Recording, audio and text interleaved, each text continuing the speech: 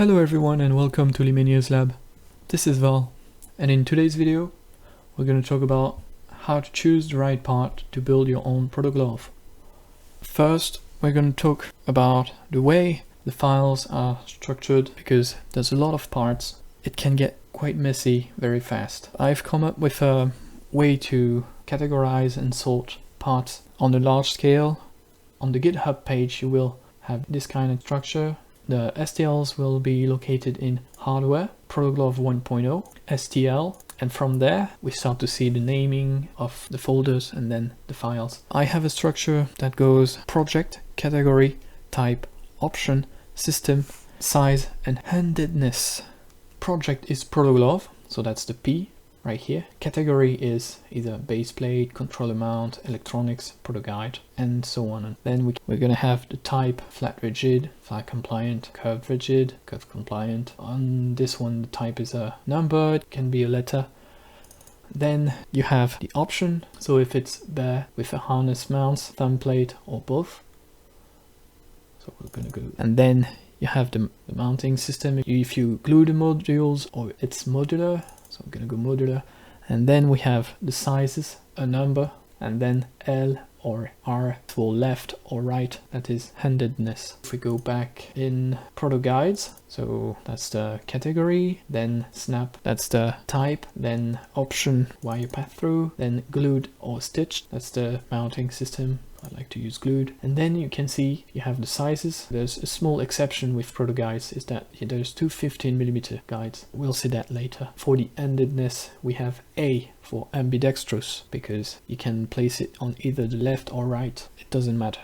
Alright, so the big monster in the room, the base plates. So as you can see, there's a lot of base plates. We can already split it in half because they come in left and right variations. Then we have two mounting systems, glued or modular, so we'll go with modular. Then we have 4 layers. Those corresponds to the options: bare, harness, thumb plate, and harness and thumb plate. Then we have the 5 types: flat, flat compliant, curved rigid, curved compliant, and curved compliant balanced. So the difference between those 5 types is very clear. Those are completely flat, 1.5mm thick. Rigid, if you wanna glue big things on top and you don't want it to fold, it's gonna be less comfortable though. Compliant base plates have cuts on the sides and 3 folding points, 1 in the middle and 2 on each side, so that each finger has its own portion of the plate, so it sits better on the back of your hand. Curve compliant is the same as flat compliant, but with rigid compliant as a base instead of completely flat. And then there's balanced. Balanced is a variation of curved compliant. As you can see, the front profile is much flatter. It is made to allow for each module to sit at the same height independent of what finger it's on. So this one is arguably the best for making a glove. So on top of that, you can see that we have 5 sizes: 5 inches, hand circumference, 7 inches, 9, 11, and 13. Yeah, that's about it for the base plate. It is not really made to be used as is. You only really want to use those ones. But if you want to remix the base plates, every other variation exists. Alright, enough of the laggy mess that is this SketchUp file.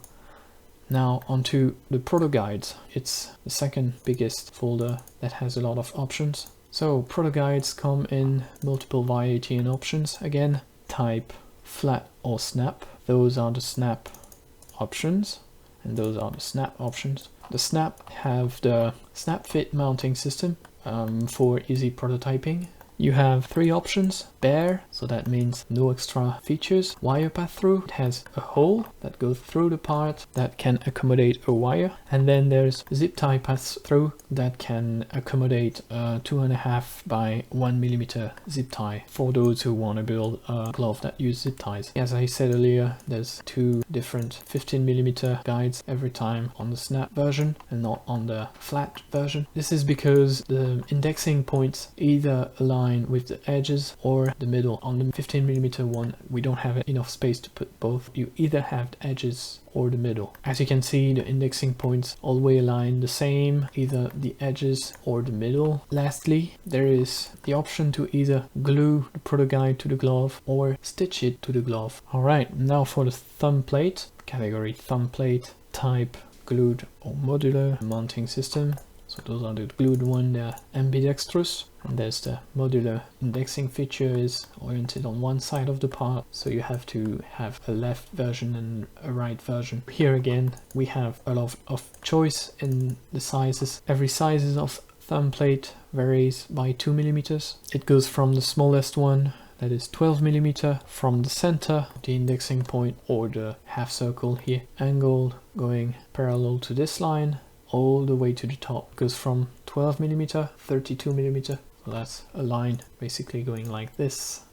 Next up is the controller mounts. We have the universal mount here. So as you can see, I have different sizes, so 2mm, 4, 6, 8 and 10. It's this measurement right here that defines this number. Depending on how much clearance you need, you obviously want to use the smallest one you can. So the universal mount, on top of which you can put any controller mount you want. So here I have 3 variations of Windows Mixed Reality controller mount, either 90, 45 or 0 degree orientation. Left and right again, HP Reverb G2, Quest mount, tracker mount, and then the universal controller mount that include this part, and this part. There's going to be a small build video on how to make the universal controller mount really soon. There's also a blank controller mount, a blank interface to the universal mount, so that you can make your own controller mount. Or I've seen someone do a GoPro mount with this system. Alright, there is the harness latch. There is 2 different sizes. This depends on the base plates, because the smaller sizes, they are too constraining to put full size latch on them. Here we have 20mm, while here we only have 16. Size 5 need the smaller ones, size 7 need one big one and one small, and then up from there it's only the big ones. So then it's onto the palm piece. So as you can see, I have 3 different palm piece available. So there's the rounded for big hands with LRA support. There's a smaller one that also support LRA. It's lower profile, it's thinner, and there's a very small one then that's really made for small hands. Bottom strap hole is angled differently every time. It's to accommodate for the shape of your hand. There may be more palm piece coming soon. I'm not gonna talk too much about ESP32 mounting today because it's a little bit of a mess right now. I need to rework everything. Then ProtoGlove also include 2 fingertip modules.